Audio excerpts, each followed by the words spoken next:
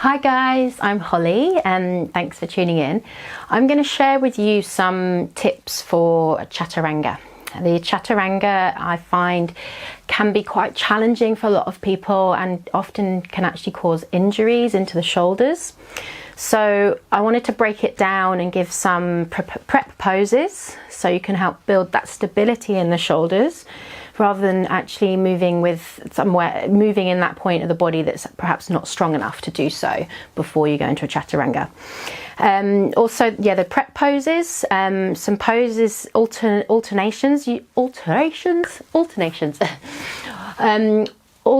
can do with certain props to actually kind of feel the posture but not putting all of the weight into the pose, and then things to avoid. So what I'm going to start with is a couple of things you can do to build up that shoulder stability.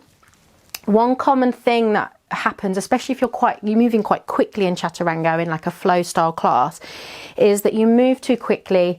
The body weight is forwards. There's a lot of this rounding into the shoulders come forwards. So if I was to do it here, we would come from a plank pose, for instance. And what can be quite common is as people go forwards, they come too low to the ground. Chin is almost touching the floor. You can see my shoulders are retracting forwards and it's actually really quite uncomfortable there. The other common thing that actually happens is the elbows sort of splay out and it's like collapsing into the wrists. Again, the shoulders coming forwards. So key things to take from this are really about getting that shoulder stability, and we're going to be working on that by a couple of prep poses. So we'll start by looking at a forearm plank. So you're on all fours position. You can bring the forearms down and extend the legs away. So the heels drawing back and behind. If there's this sinking into the lower back, it's really important to hug in the abdominals, lengthen the heels away.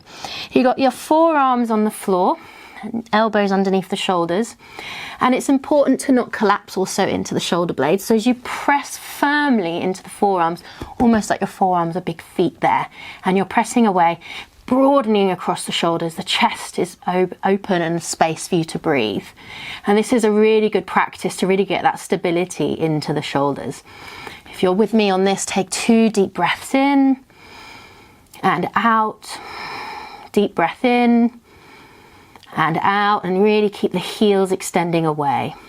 And then lower the knees to the floor, coming out and rolling your shoulders. So there's one thing that you can prep with, bringing yourself into a forearm plank pose. And then these ones that are quite nice and you can really add them into a practice are your little mini press-ups.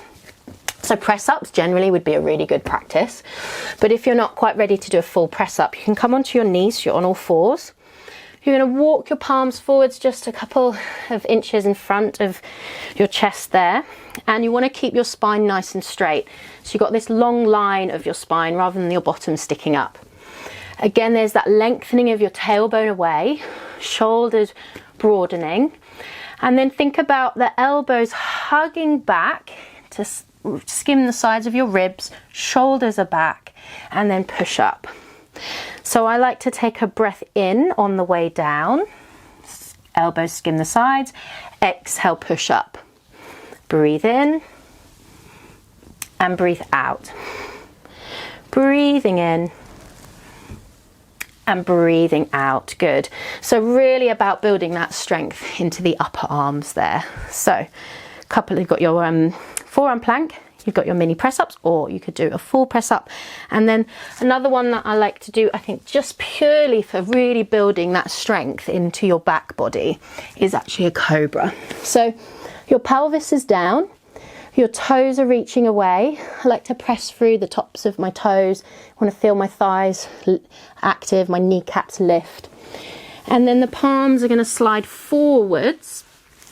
You press into the palms, press into the pelvis, and then you inhale, rise up. So you can bring your hands a little bit closer, hug those elbows back, and then roll the shoulders back. And you don't want to feel any pinching or compression at the lower back. If that is the case, then you might want to come a little bit lower into a Sphinx pose. But in your cobra pose, shoulders back, press into the feet, active into that upper back pose. And this is going to really help strengthen the whole of your back body, so you can really find strength into your Chaturanga pose. Good. Taking a deep breath here. And then exhale to lower. Good. So 3 of those prep poses to work on. And then we'll come into a couple of alterations that you can use props to help with your practice. So I like to use a bolster. This bolster will give you the feeling of in your body of being in a Chaturanga, so your whole body can be in that sort of shape, but without the actual workload. So if you were to place the bolster in the center of your mat and come to lie on it, so you've actually got your tummy resting on there and your chest. So bring your legs away, so as if you're in your Chaturanga now, you've got your toes tucked under, your heels extended away, and then you can place your hands underneath your shoulders here.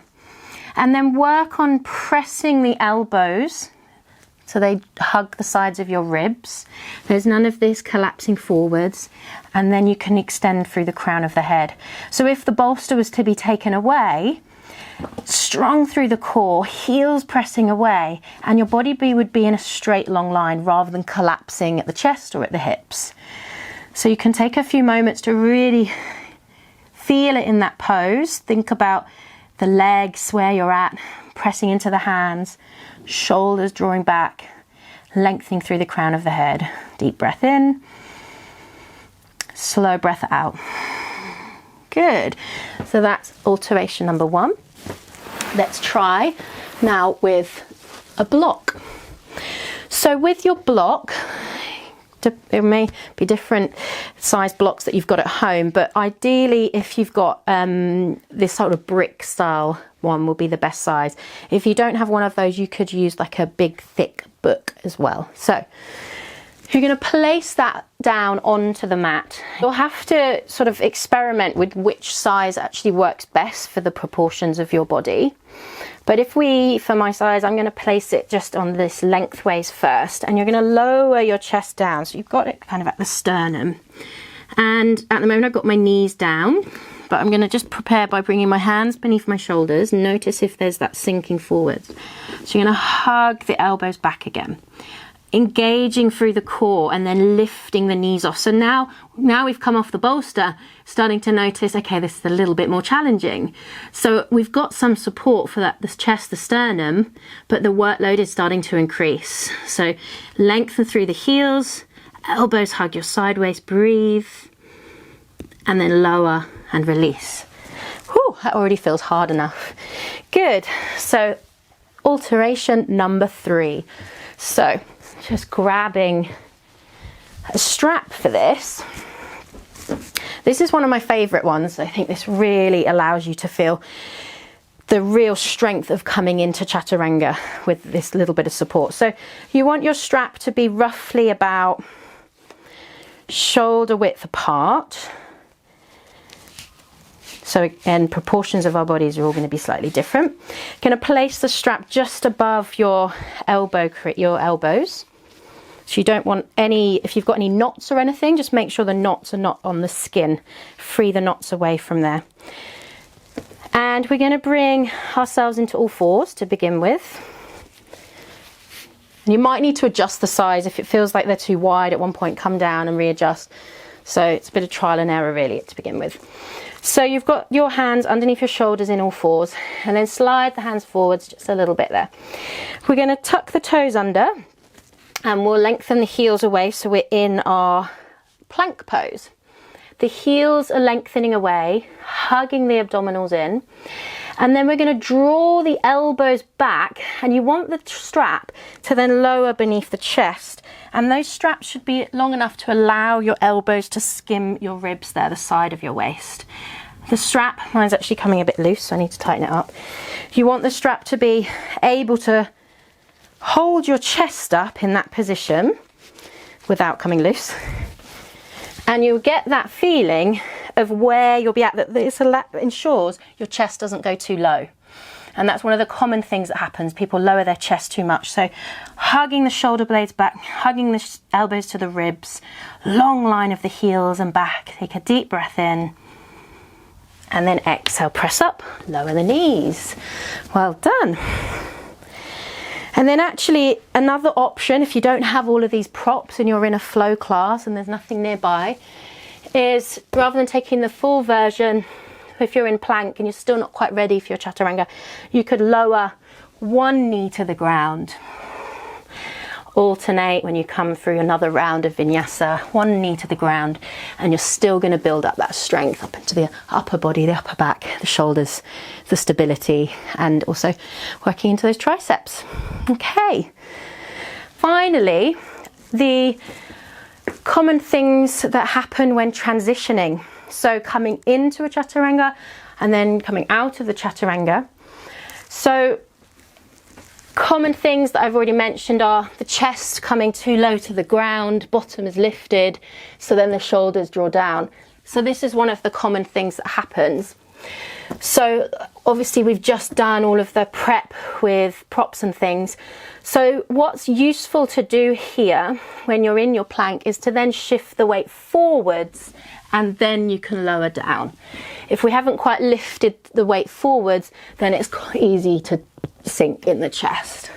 So one thing, shift the weight forwards, then you can lower. And that's your hopefully help you to get into the chaturanga. Then commonly coming up into an upward facing dog from your chaturanga.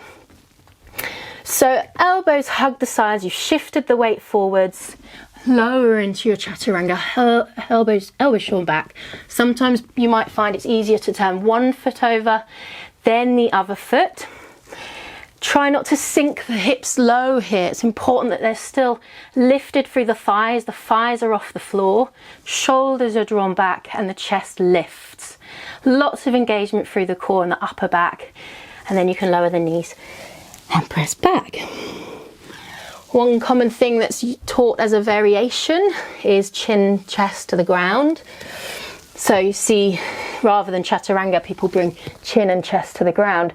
So in its own right, that pose is fine for something else. But when you're actually using it as a variation to chaturanga, I think it causes lots of problems because you're actually then already putting that strain on the shoulders and you can see collapsing here.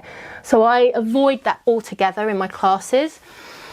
A variation that I like to teach if there's any shoulder issues, back issues and not coming into the chaturanga at all would be knees down, a bit similar when we started with a press up, and you'd keep your spine nice and long, you'd lower down like a little press up and then you'd come to the ground. That's where you can then slide up into, maybe it's a sphinx or a cobra. So there would be no chaturanga at all if you're nursing any sort of injuries in that respect. So keep the spine nice and long, and if you can, avoid the knees, chin and chest to the ground. Great. So thank you guys very much for listening in today. If you've got any questions, please feel free to ask. And yeah, get practicing, build that strength. Listen to the body. Make sure you don't force yourself into chaturangas over and over again. That's the thing as well. Lots of repetition of it can really cause a lot of strain and injury. So break it down, take the easier option when you need to, and yeah, have fun with it. Cheers.